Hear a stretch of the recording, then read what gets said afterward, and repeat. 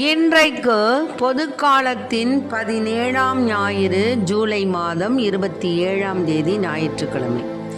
இன்று தேவன் நமக்கு தரும் ஜீவநீர் ஊற்றான இறை வார்த்தைகள் திருப்பாடல் 138 இறை வார்த்தைகள் 1-2 மற்றும் 3 மற்றும் 6-7, 7-8 முடிய.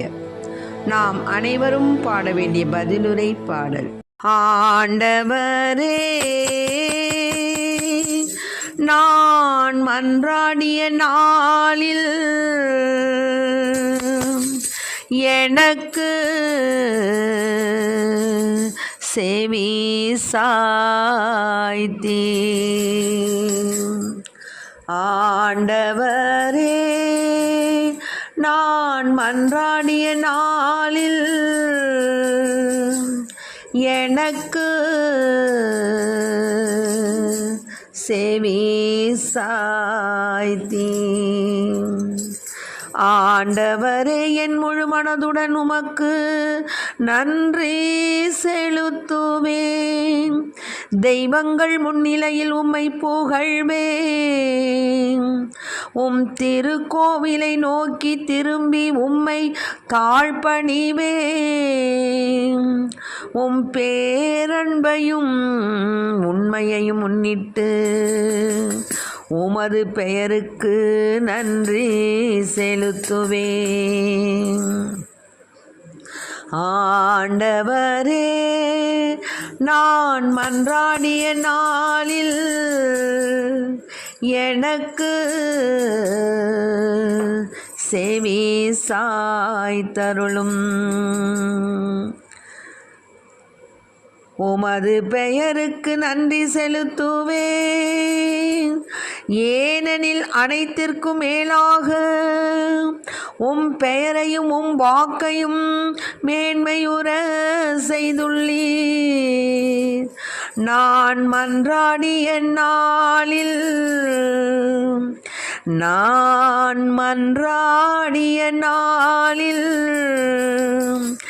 எனக்கு செவி சாய்த்தேன். என் மனதிற்கு வலிமை அளித்தேன். ஆண்டவரே, நான் மன்றாடிய நாளில் எனக்கு செவி சாய்த்தீர். ஆண்டவரே, நீர் உன்னதத்தில் உறைபவர். எனினும் அழிந்தோரை கண்ணோக்குகின்றீர். ஆனால் செருக்குற்றோரை தொலையிலிருந்தே அறிந்து கொள்கின்றீர். ஆண்டவரே, உம் வழிகளை எனக்கு கற்பியும். ஆண்டவரே, நான் மன்றாடிய நாளில் எனக்கு செவி சாய்த்தீர். நான் துன்பத்தின் நடுவில் நடந்தாலும் என் உயிரை காக்கின்றீர். என் எதிரிகளின் சினத்துக்கு எதிராக உமது கையை நீட்டுகின்றீர். உமது வலக்கையால் என்னை காப்பாற்றுகின்றீர். ஆண்டவரே, நான் மன்றாடிய நாளில் எனக்கு செவி சாய்த்தீர்.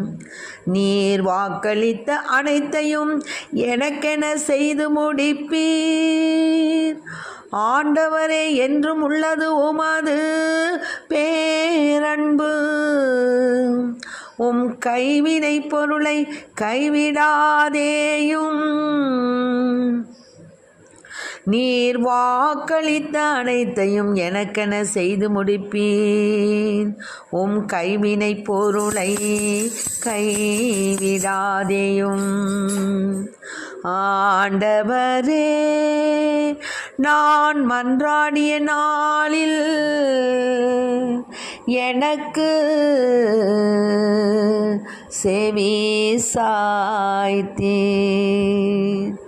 ஆண்டவரே,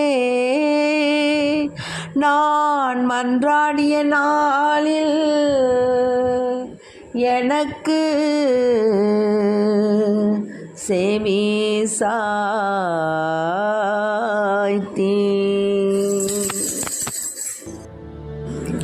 இன்றைக்கு நம் தேவன் தரும் ஜீவநீர் ஊற்றான இறை வார்த்தைகளை கேட்டோம்.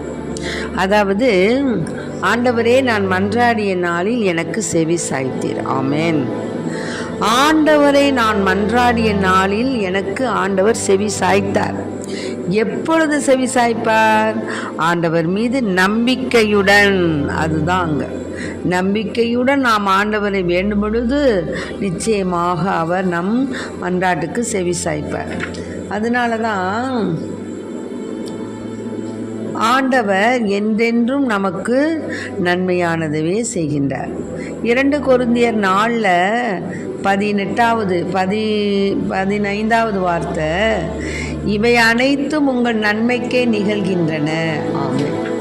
ஆக நாம் கேட்கக்கூடிய மன்றாட்டுகள் நமக்கு நன்மை தரக்கூடியவாய் இருந்தாலும் சரி, அது நமக்கு தீமை தரக்கூடியதாக இருந்தாலும் சரி, ஆண்டவர் என்ன செய்கிறாரு? நமக்கு அவருடைய திரு சித்தத்தின்படி நாம் கேட்கக்கூடிய மன்றாட்டை, அதில் ஏதோ ஒரு தீமை இருக்கிறது அப்படின்னா அதை உடனே கொடுக்க மாட்டார் ஆண்டவர். அதை தாமதமாக தான் தருவார். ஏன்னா இதை மகளுக்கு இப்போ கொடுத்தோம்னா அதில்னால பல சிக்கல்கள் அப்படின்னு ஆண்டவர் கொடுக்க மாட்டார். ஆனால் நம்ம என்ன செய்கிறோம்? ஆண்டவரே ஆண்டவரே ஆண்டவரே, உங்கள்கிட்ட நான் கேட்டேன்னா என்னப்பா, நீ உனக்கு கண்ணு இல்லையா, மூக்கு இல்லையா, நாக்கு இல்லையா, என்னப்போ இந்த மாதிரி நான் கேட்குறதெல்லாம் கொடுக்க மாட்டேங்கிற அப்படின்னு சொல்லி ஆண்டவர் மீது முறையீடு இருக்கிறோம். இது நமது பலகீனம். ஆண்டவரிடம் நாம் எப்படி தெரியுமா வேண்டணும்? நான் மன்றாடிய நாளில் எனக்கு செவி சாய்த்தீர். எப்படின்னு கேட்டிங்கன்னா, ஆண்டவரே, எனக்கு இது எனக்கு சந்தோஷம், இந்த காரியம் எனக்கு சந்தோஷம், இதை நான் விரும்புகிறேன், இப்படியாக விரும்புகிறேன். வாலிப பிள்ளைகள் இந்த நாட்களில் இளம் பெண்கள் மீது காதல் கொள்கிறாங்க.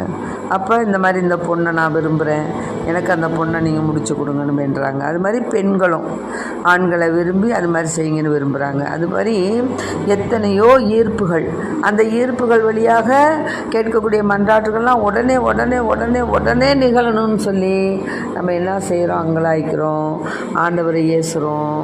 நம்மளுக்கு என்ன ஐயா, நான் உனக்கு பொண்ணதானே ஐயா நான் புகழ்ந்துக்கிட்டு இருந்தேன், இந்த மாதிரி ஆயிடுச்சு ஐயா அப்படின்னு சொல்லி அவர் மீது நம்ம என்ன செய்கிறோம்? அவர் மீது கண்டனம் தெரிவிக்கிறோம். ஆனால் உண்மையிலேயே ஆண்டவர் நமக்கு எப்படி உதவுகிறார் என்றால், சில நேரங்களில் நம்முடைய வேண்டுதல்கள் கேட்கப்பட நீண்ட காலம் ஆகும். அப்பொழுது நம்ம பொறுமை இழந்து என்ன பண்ணுறோம்? தவிக்கிறோம். நம்ம கேட்குறோம், ஆண்டவர் நமக்கு கொடுக்கலையே அப்படின்னு சொல்லி ஏராளமான மக்கள் அந்த மனநிலையில் என்ன செய்கிறாங்க? ரொம்ப மன கஷ்டத்தோடு இருக்காங்க. அப்படி இருக்கும் பொழுது என்ன செய்யணும்னா,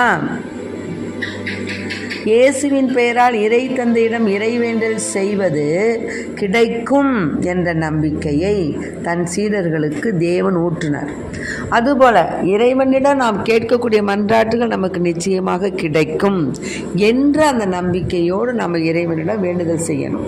நமக்கு தேவையான காரியங்களெல்லாம் கேட்கும் பொழுது ஆண்டவர் நிச்சயமாக நமது கண்ணீருக்கு பதில் சொல்லக்கூடிய தேவன் நம் தேவன். திக்கற்றவர்களுக்கு தெய்வமே துணை. இன்னுமாக ஏழை கைம்பெண்கள், விடுபட்ட பிள்ளைகள், ஆதரவற்ற பிள்ளைகள், இன்னுமாக பல தருணங்களில் தாய் தந்தை இழந்த பிள்ளைகள் எல்லோருக்காகவும் ஆண்டவர் என்ன செய்கிறாரு? நிச்சயமாக அவர் தன்னுடைய திட்டத்தை வைச்சிருக்கிறார். திட்டத்தை வைத்து அதன் மூலமாக நமக்கு என்ன செய்வார்? அநேக ஆசீர்வாதமான காரியங்களை செய்து தீயவர்களிடமிருந்து நம்மை தப்புவிப்பார். அதுதான் உண்மை. அதை விட்டுட்டு சேசப்பா எனக்கு நீங்கள் அதை கொடுக்கலையே, இதை கொடுக்கலையே, இப்படி இல்லையே, அப்படி இல்லையே, நான் அதை போயிருந்தேன்னா அது எனக்கு கிடச்சிருக்கும், அதை நான் வாங்கியிருந்தேன்னா எனக்கு அது கிடச்சிருக்கும், இப்படியாக நம்மில் நம்பிக்கை கொண்டவர்களாய் மனிதர்கள் மீது நம்புவதை விட தெய்வத்தை நம்புவதே மேல் அப்படின்னு நம்ம பைபிளில் படிக்கிறோம். அதனால நீ எவ்வளவுதான் மனிதர்களை நோக்கி போய் எனக்கு அதை செய்யணும் இதை செய்யணும் என்று நீ கெஞ்சி கன்றாடினாலும் இறை திட்டத்திற்கு திருவுளமானால் நிச்சயமாக அந்த மன்றாட்டுகள் கேட்கப்படும். ஆகவே அன்பு பிள்ளைகளை, நம்முடைய வாழ்நாட்களில் இறைவன் மீது நாம் பற்றுடையவர்களாய் நம் மனதிற்கு வலிமை அளிக்கக்கூடிய தேவனை, அவர் திருவாய் மலர்ந்த சொற்களை நாம் பூவுலகின் மக்கள் அனைவரும் கேட்டு அதை இன்புற்று அதனை நம் வாழ்வில் ஏற்று சவாலாக முயற்சித்து வாழ நாம் ஆண்டவரிடம் வரம் கேட்க வேண்டும். ஆண்டவரே, என் உன்னதத்தில் உரைபவர், எனினும் நலிந்தோரை கண்ணோக்குகின்றீர், ஆனால் செருக்குற்றோரை தொலைவிலிருந்து அறிந்து கொள்கின்றீர். ஆக செருக்குற்றவன் யார்? நம்முடைய உள்ளாழங்கள், உள்ளார இருக்கக்கூடிய எண்ணங்கள், உள்ளார இருக்கக்கூடிய கவலைகள், கண்ணீர்கள், மனப்பிராந்திகள் எல்லாவற்றையும் தேவன் நீக்கக்கூடிய தேவன். அதனால் நாம் தேவன் மீது நம்பிக்கை உடையவர்களாய், அசையாத நம்பிக்கை உடையவர்களாய் ஆண்டவரிடத்தில் நாம் நலிந்தோரை கண்ணோக்குகின்றீர், ஆனால் செருக்குற்றோரை தொலையிலிருந்து அறிந்து கொள்கின்றீர். ஆகவே ஆண்டவரே, துன்பத்தின் நடுவில் நான் நடந்தாலும் என் உயிரை நீங்கள் பாதுகாக்கிறீங்க. எதிரிகளின் சின்னத்துக்கு எதிராக நான் நடந்தாலும் நீங்கள் கையை நீட்டி எங்களையும் எங்களுடைய குடும்பத்தாரின் பிள்ளைகளையும் ஆசீர்வதிக்கிறீங்க. நீர் வாக்களித்த அனைத்தையும் எனக்கென செய்து முடித்தேன்.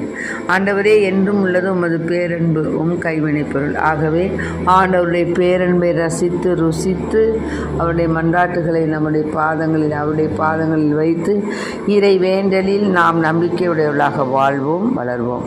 இயேசுவுக்கு புகழ், இயேசுவுக்கு நன்றி. இயேசுவின் ரத்தம் எங்கள் ஜெயம். மரியே வாழ்க.